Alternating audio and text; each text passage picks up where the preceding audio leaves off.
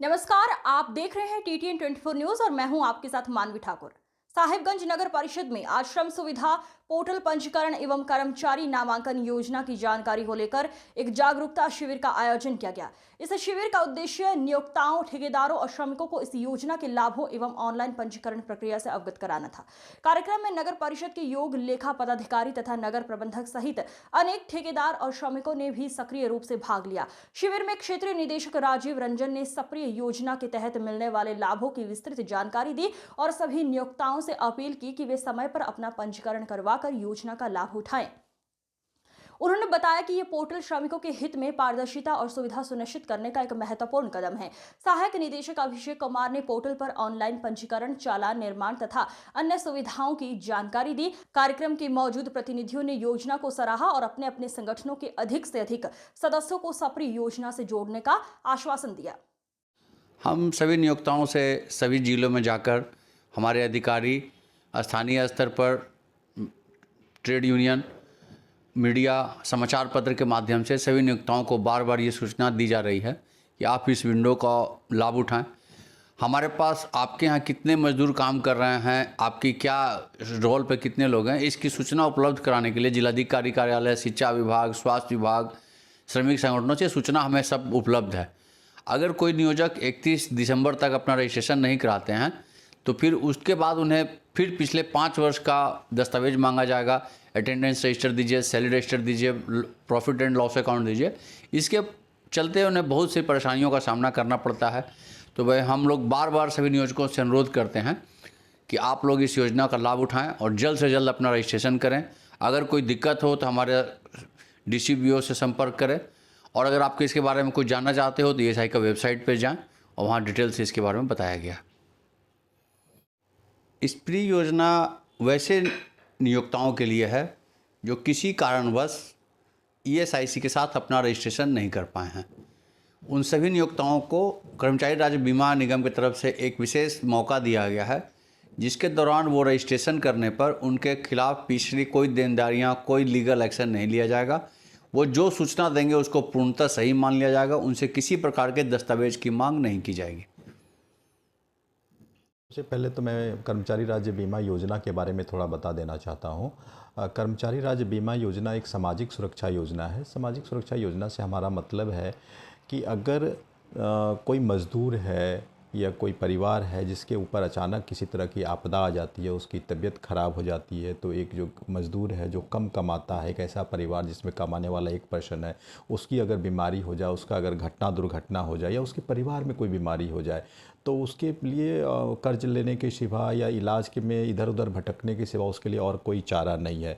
कर्मचारी राज्य बीमा योजना एक ऐसी योजना है जिसमें सरकार ऐसे मज़दूरों को जो 21,000 रुपया प्रति माह तक आमदनी करते हैं, उनके और उनके परिवार के लोगों के लिए ऐसे समय में एक मजबूत सहारा देती है। इसमें वो सारे मज़दूर कवर किए जाते हैं जो प्रति माह जिनकी आमदनी 21,000 रुपये तक है। अगर वो रजिस्ट्रेशन कराते हैं कर्मचारी राज्य बीमा योजना में तो उनको और उनके परिवार को चिकित्सा सुविधा मुफ्त में उपलब्ध होगी। मुफ्त में कहने का मतलब दवाइयों के साथ उपलब्ध होगी। और ये चिकित्सा सुविधा न सिर्फ सर्दी, खांसी, बुखार जो हमारे डिस्पेंसरी या DCBO में उपलब्ध है, उसके अलावा अगर उनके और उनके डिपेंडेंट फैमिली मेम्बर्स को कोई गंभीर बीमारी होती है तो वो भी हमारे अस्पतालों में जाकर चिकित्सा सुविधा ले सकते हैं।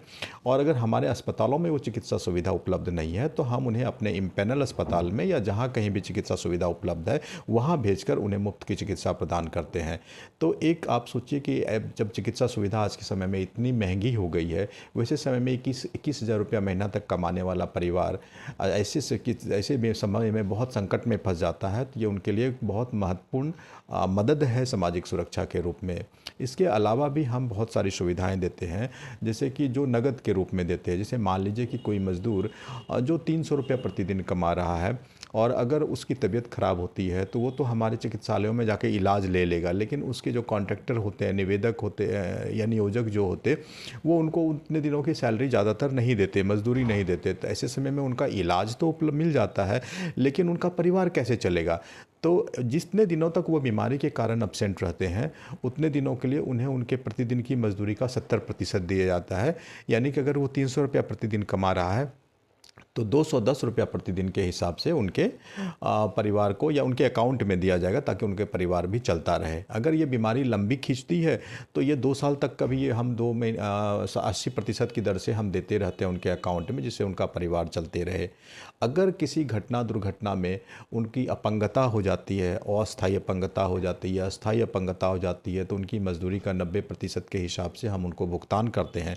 और ईश्वर न करे अगर किसी मजदूर की घटना दुर्घटना में मृत्यु हो जाती है काम के दौरान या काम पर जाने के दौरान या काम से वापस घर पर लौटने के दौरान, अगर किसी घटना दुर्घटना में मृत्यु हो जाती है तो हम उसके परिवार को आजीवन पेंशन देते हैं। आजीवन का मतलब उसकी पत्नी को जीवन भर, या जब तक वो शादी न कर ले, उसके बेटे को 25 साल तक, उसकी बेटी को जब तक बेटी की शादी ना हो जाए, वो जितना कमा रहा था उसका 90% देते हैं। कहने का मतलब अगर वो मजदूर की मासिक आमदनी अगर 20,000 थी तो 18,000 रुपया प्रति महीने के हिसाब से उसके परिवार को, जो उस पर निर्भर लोग हैं, उनको पेंशन दिए जाएंगे। तो ऐसे समय में देखिए कि एक गरीब आदमी जो घटना दुर्घटना में मृत्यु भी हो जाती है तो उसका परिवार, ठीक है हम उसकी भरपाई नहीं कर सकते, लेकिन उसके परिवार के लिए एक संबल जरूर बनते हैं। तो ऐसे में आप देखेंगे कि यह योजना न सिर्फ बीमारी के लिए बल्कि आपदा के दौरान परिवार के लिए एक बहुत बड़ा सहारा है। साहिबगंज जैसे छोटे जगह पर इसके लिए क्या स्कोप आप देख पा रहे हैं? किस प्रकार से यहाँ के जो मजदूर हैं, विभिन्न क्रशर में, माइंस में काम करने वाले हैं, उसके लिए ये योजना किस प्रकार से लाभकारी सिद्ध होगी? जी, ऐसे जगहों पर जहाँ पर कि आमदनी कम है, लोगों का गरीबी ज़्यादा है, और जहाँ पर कि लोगों की आमदनी बहुत छिट-पुट है, जो मज़दूर काम करते हैं, वैसे समय में वैसे जगह पर ऐसी योजनाएं और भी ज़्यादा ज़रूरत है। क्योंकि जो अगर कोई घटना दुर्घटना होती है या कोई बीमारी होती है तो उससे सबसे ज़्यादा जो पीड़ित होते हैं गरीब तबके के लोग ही होते हैं, जिनका मजबूत रोज़गार नहीं होता। तो इसीलिए हमने यहाँ पर हमारा दवाखाना भी है और शाखा कार्यालय भी है, तो वहाँ पर जाके चिकित्सा सुविधा वो ले सकते हैं, और हमने जितना फ़ायदा बताया वो फ़ायदा भी ले सकते हैं। तो ऐसे जगहों पर जहाँ पर कि आमदनी के कम साधन हैं, जहाँ पर मजदूरी कम है, ऐसे समय में तो ऐसी घटनाओं में उनके परिवार पर और ज़्यादा प्रभाव पड़ेगा।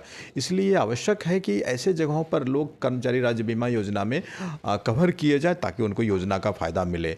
मेरे यहाँ आने का उद्देश्य भी यही है कि मैं यहाँ पर इस योजना के बारे में ज़्यादा से ज़्यादा लोगों को जागरूक कर पाऊँ, नियोजकों को जागरूक कर पाऊँ, कर्मचारियों को जागरूक कर पाऊँ, और उन्हें प्रेरित कर पाऊँ कि वो इस योजना से जुड़ें और इस योजना के तहत उपलब्ध लाभों का फ़ायदा लें।